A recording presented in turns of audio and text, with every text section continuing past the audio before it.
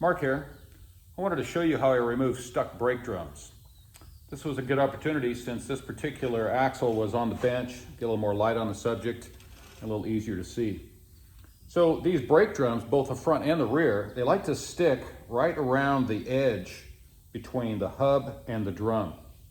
Another problem that causes difficulty removing these drums is if you can't even turn the brake drum. Now we're pretty fortunate here, since we can turn that brake drum, there's a good chance that we'll be able to get this off.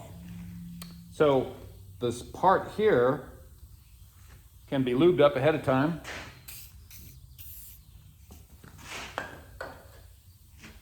But after that, if you still can't get that thing off, grab yourself a hammer. And unless you're going to replace all the studs, which is what we're going to do on this one, you want to take your lug nuts and put them back on so you don't damage the threads. In this case, we're going to replace all these studs, but we're still going to try to miss these studs. And we want to hit right in between the studs, but we also want to avoid these weights that are tacked on there. I'm going to avoid those. So, see if we can.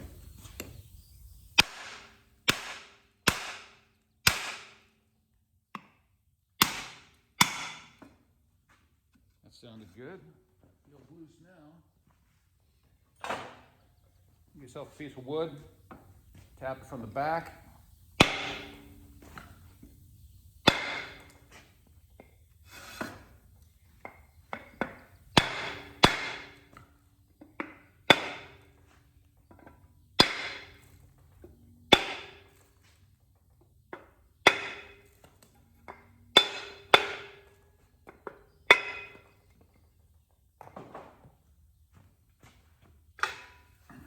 And there you go.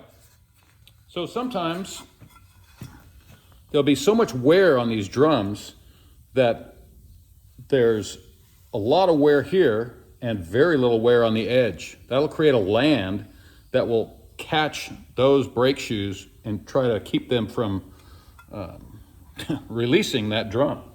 So we don't have much of a ridge here, but we also want to use that wood so that we don't damage any of this casted brake drum, these fins.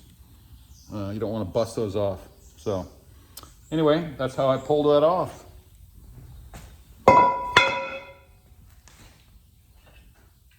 If you have a drum that doesn't turn at all and there's no access for the self-adjusters, another thing that you can do is bust off these nails. Now this is a backing plate that I removed a little while ago, and these are what I call nails. They're hold down pins that go in the back of the backing plate and hold the brake shoes on. So this is what they look like. And what you want to do is bust the tip of that off with a chisel if you can't get that self-adjuster to move or if you can't access it. That will tend to release those brakes, and those brake parts will hopefully fall out along with the along with the drum, pull off the drum. So that's how I do it. Hope that helps.